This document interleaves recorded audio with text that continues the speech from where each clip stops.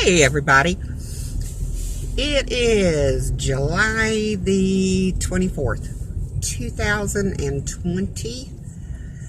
I am in sunshiny Florida that right now can't decide if it wants to sunshine or rain or do both at the same time. My name's Deborah. I go by Needles, Yarn, and Life on my YouTube channel. I had to come out and pick up my prescriptions at Walmart, and I did the curbside pickup that they have for the pharmacy, and it was very nice and went very well, very easy. I hate going in stores, period, whether it's COVID or no COVID. The less I have to go get out of my car and go in the store, the happier I am. So anyhow, it's been a long time since I've podcasted and put it up on YouTube. How is everybody? I hope everyone is well. And if you're sick, I hope you have a speedy recovery and a full recovery. Like I said, I haven't podcasted in quite some time. Life, social distancing, maybe just a little of, I don't know what to talk about, or, is this interesting, or there's plenty of other podcasters out there, and I'm just a little speck in the big specks of podcasters.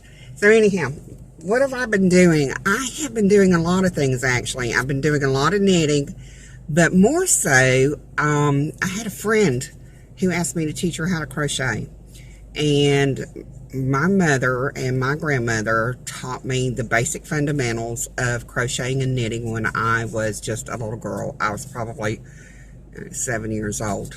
And, with crocheting, it was you crochet the chain that goes on for miles and miles. And I, mastered that as a kid. And then, I would make little shawls for my Barbie doll and try to make little hats. And I got frustrated because even though I was a kid, I wanted something that I could make and it looked like something other than, just a couple of rows of single crochets. Anyhow, I left that as a kid, and many years later, at the age of actually 45, when I discovered I had heart trouble and I was a smoker and I needed to give up smoking, I picked back up crocheting.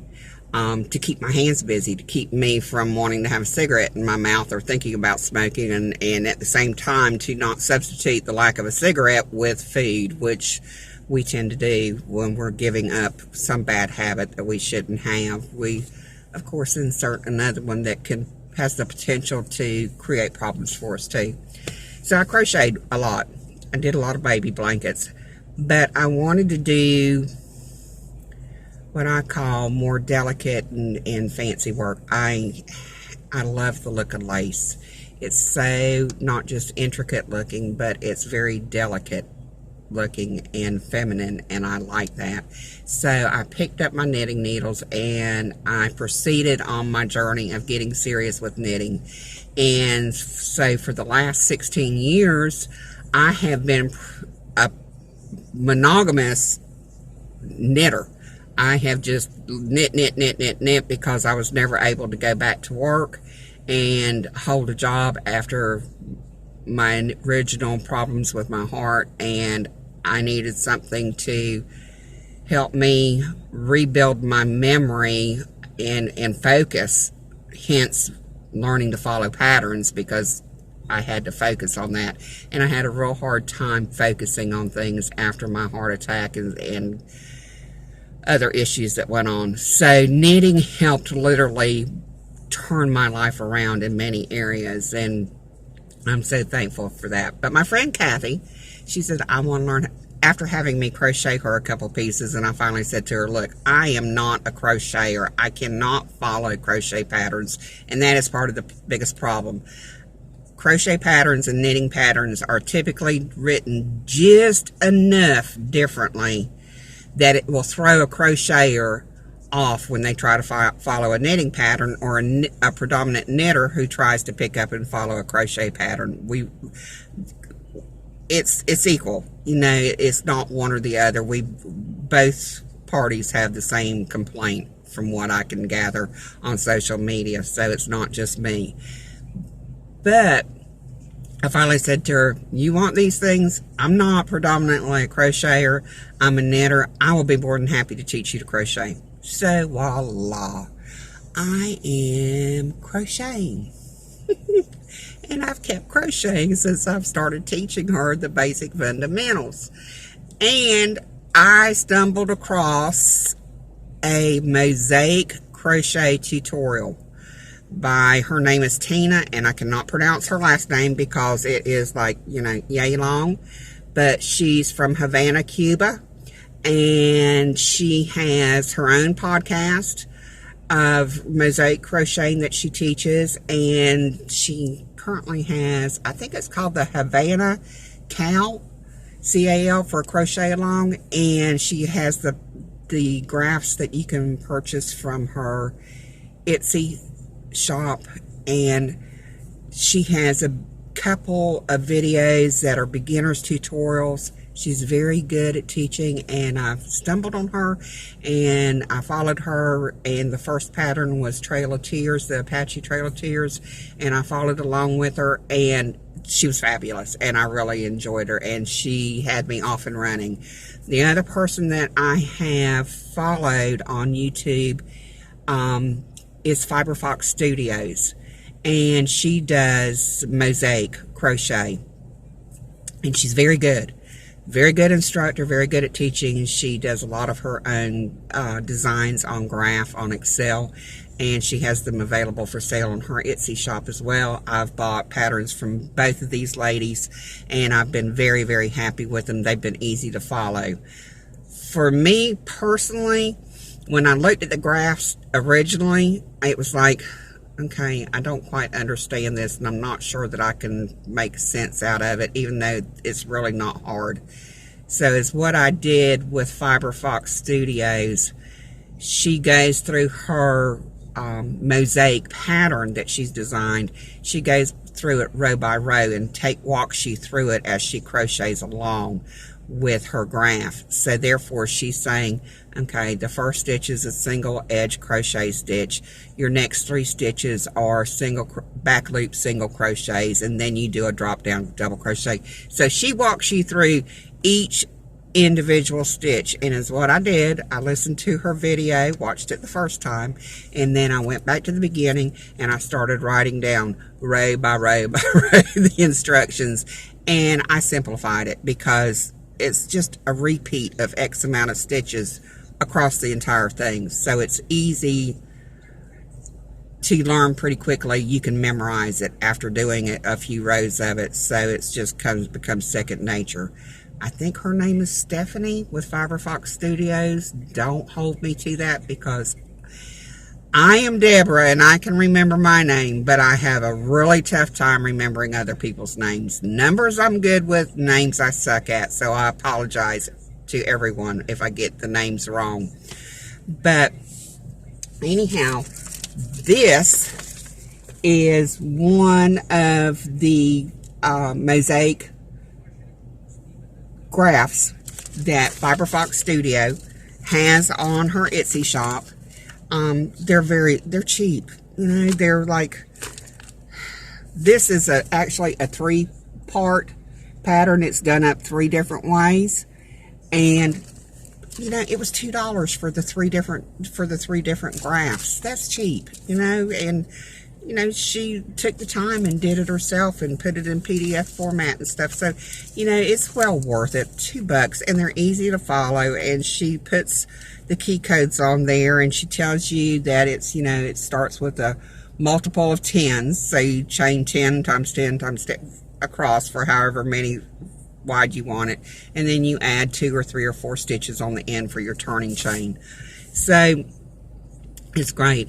And y'all, I have made several blankets now that have turned out really, really pretty. I'm so thrilled with them, and I apologize. I don't have them to show you. I'm in my car, and they're at home. But I will say that when I have started out making doing a stitch, doing a graph for the first time, I typically will chain up, 20 or 30 stitches, and I will do a sample swatch of the entire graph, and then I will, I look at it and I make sure that everything is right and that it looks just like the graph. And then what I do is I take a piece of paper, I write the pattern number on that piece of paper, and who the designer was, and I fold it over and I staple it to my sample piece. Because some of my written patterns, of course, I've written them out by hand, so they don't have a picture of what it's going to look like at the end. So this helps me find what the pattern looks like if it's crocheted out into the mosaic crochet. So anyhow, I encourage everyone to try the mosaic crochet. It's not hard. I've found it engaging. It's definitely not mindless crocheting, but at the same time, it's not tedious. And once you get into the rhythm and you get the hang of it, you realize that, oh, I'm just painting a picture with crochet thread for the most part of it. And you're always working from the right hand side of your project to the left. You bind off, cut the yarn, and then you start your second row back on the right hand side and work to your left. So you're always working right to left, right to left. You're not working right to the left, turn your work and work back. You don't do any of that. So yes, there are ends, but there's a way to take care of those ends. So do not panic. I do encourage you, if you would like just enough engagement to keep your mind busy enough that you're not fretting about other things that we're dealing with in our life these days, you may very well really enjoy mosaic crochet, and it is absolutely beautiful. And I urge you to probably start off with the Trail of Tears. It's very simple, and actually they're all really simple. They're all the repeat of the same thing to make a picture. That's just, it makes a design on your on your crocheted piece, and it's gorgeous. So, and it's fun. I've really enjoyed it, and I never thought that I would sit here and say, I'm crocheting and I'm loving it. So anyhow, I hope everyone is doing well. I hope you are, enjoying your crocheting and your knitting these days. I know times are difficult and stressful, and let's face it, I found, my sister bought a button for me when she was in Canada on vacation, and it says, yarn, knitting one stitch at a time, keeps me together, or something like that. Knitting my life, putting my life back together one stitch at a time. And I knit to keep from falling apart. And that is so true. So many of us have found with fiber arts, whether it's crochet and knitting or weaving or looming or rug hooking or whatever, it keeps us from falling apart, and it helps keep us grounded, and it helps take the stress out of our life. And that's why we continue to do it, because we do get not just a mental benefit from it, but just an overall well-being, physical benefit from it. So that's really great. And I hope each of you are enjoying something wonderful in your current fiber arts projects, whatever it may be. It could be simply dyeing yarn for the first time and experiencing the thrill and the awe of seeing, look what I did, look at these colors, and I didn't know I could do this, and it was so much fun, and and I want to do more, and that's so wonderful. And we if you can, share your passion with fiber with someone that you know or even somebody that you don't know. Share it with a stranger. If you go out, take it with you. Sit down in public and crochet and knit. It is a great way to get people to start up a conversation with you, because people who don't do it are just fascinated by those of us who do it. They think we have these magical powers, and they're just in awe of us, and it's just wonderful, and you get to share that. It's so much fun. And share it with a kid. You know, if a little kid wants to come and learn how to do this, show them just how to cast on or do their chains. And if that's too much for them, do it and then hand it to them and show them how to do that first stitch. Because sometimes the chaining and the casting on seem to just be huge mountains for them, but they somehow or another can manage to do that first knit stitch or that first single crochet stitch, and they're not scared of it, and they're able to complete it, and they have that immediate feeling of, wow, I did this, look what I did, and it encourages them to move on. My other suggestion is even though they want to make the queen size bedspread. Hello, Kathy, my friend who I taught how to crochet. Her first project was, unbeknownst to herself, other than she just kept doing the chaining and chaining and chaining, turned out to be a king size spread. And it is gorgeous. It's just single and double crochets, but it's in pastel colors, and it turned out really pretty. And I was like, you really don't want to do anything this big. Like, let's do a dishcloth or a pot holder or a scrubby or a coaster, something that you can get done fast and that you can see immediate results for, because most of us, per human nature, wants pretty quick results. We like immediate gratification. So, you know, when something goes on forever and ever, you tend to, just by human nature, say, yeah, I'm so tired of this. When's it ever going to end? When am I going to see the end results? So keep it simple. The KISS thing is really good. Keep it super simple.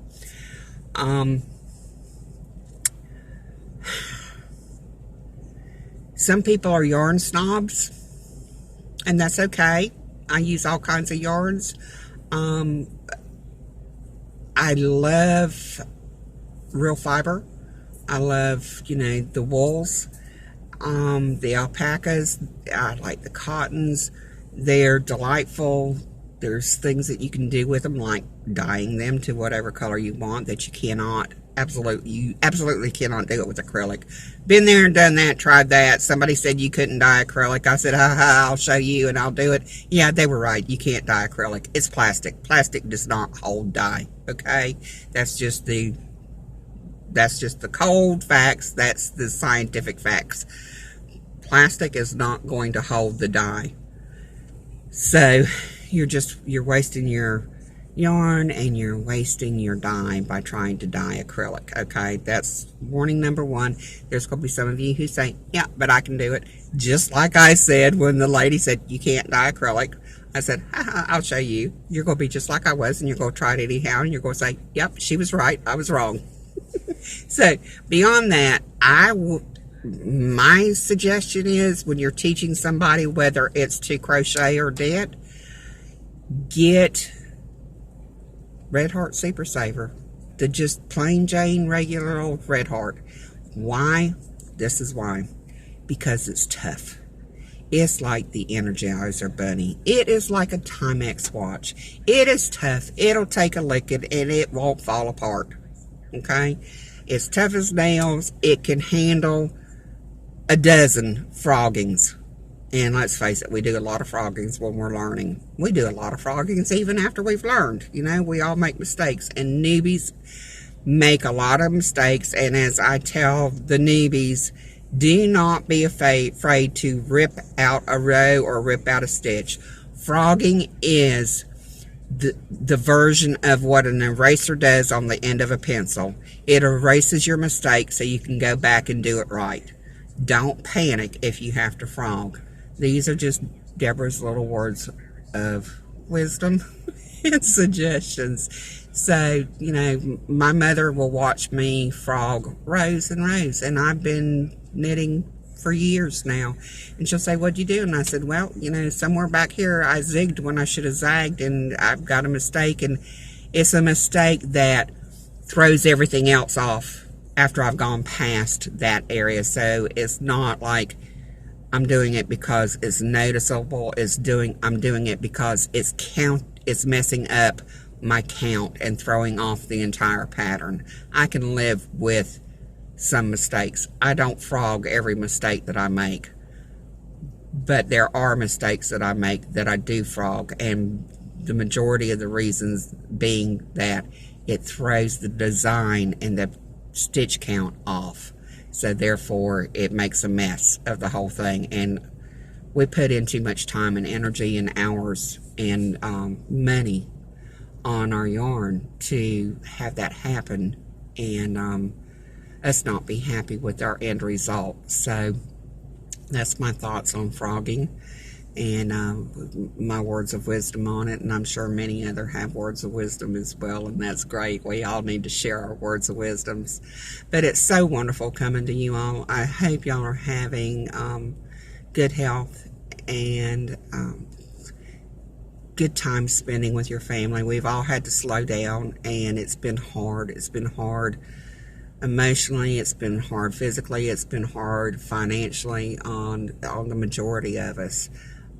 Social distancing has been difficult for most people, and I wish they would have called it physical distancing and not social distancing, because we as humans by nature, we are social creatures. We find happiness and joy in being around one another, just like, you know, our pets, our dogs and our cats enjoy spending time with us and being with us.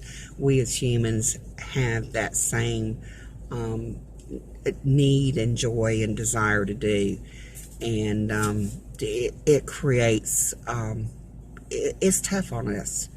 It's just tough. So stay well, stay happy, stay knitting, stay hooking, stay focused, and we're going to get through all of this. And remember to wash your hands really well, cover your mouth when you cough, cover your face when you sneeze, if at all possible. Sometimes sneezes come on when we least expect it, so we're not prepared. But yeah, just, you know, practice good hygiene. And if you you know, if you feel the need that you need to be wearing a face mask as recommended, then please by all means do so. And those who can't because of breathing difficulties and health difficulties, I certainly understand why you don't wear them, and you just try your best to be as careful as possible. So we're not going to get into the debates of mask or no mask, okay? We're just going to appreciate each other and look out for ourselves and for one another, and just use really good hygiene. You know, just like we taught our little ones, after you go to the bathroom, wash your hands. You know, before you touch your feet, wash your hands. You know, we touch so many things in our day-to-day activities, and we don't even think about it because it's just what we do, you know, and we don't realize how much we do touch until we're told, don't touch, don't touch. So anyhow, I'm out of here. I'm off of here. It's almost 24 minutes into the video. Everyone have a wonderful Friday, a good weekend, and let's enjoy the rest of July. And before we know it, it's going to be the holiday season, and we'll get to listen to cheerful music. And you know, Thanksgiving will be coming up, and it's going to be turkeys and hams and good food and good pies and good smells coming from the kitchen. So let's focus on the goodness and not on the negativity, and we will persevere. We are people that persevere, and we as crocheters and knitters, we persevere. That's just the way we are. So happy Friday. Have a happy weekend. I love y'all. I hope this finds everyone well, and I will come back to you again sooner than later. Thanks, and y'all have a great and wonderful day. Bye.